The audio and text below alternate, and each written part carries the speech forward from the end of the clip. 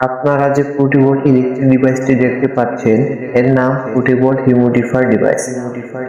শীতের দিনে কিংবা ঘরে এসি চলাকালীন অবস্থায় বাতাসে আর্দ্রতা একদমই কমে যায়, ফলে ত্বক ফেটে যাওয়া এবং স্কিনে বিভিন্ন ধরনের সমস্যা দেখা দেয়।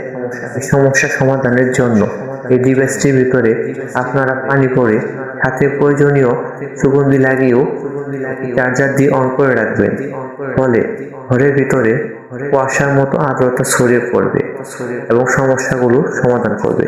সেই সাথে এটি 7 কালার এলইডি লাইট ও কাঠ দিয়ে তৈরি হওয়ায় আপনারা এটিকে ডিম লাইট হিসাবেও ব্যবহার করতে পারেন।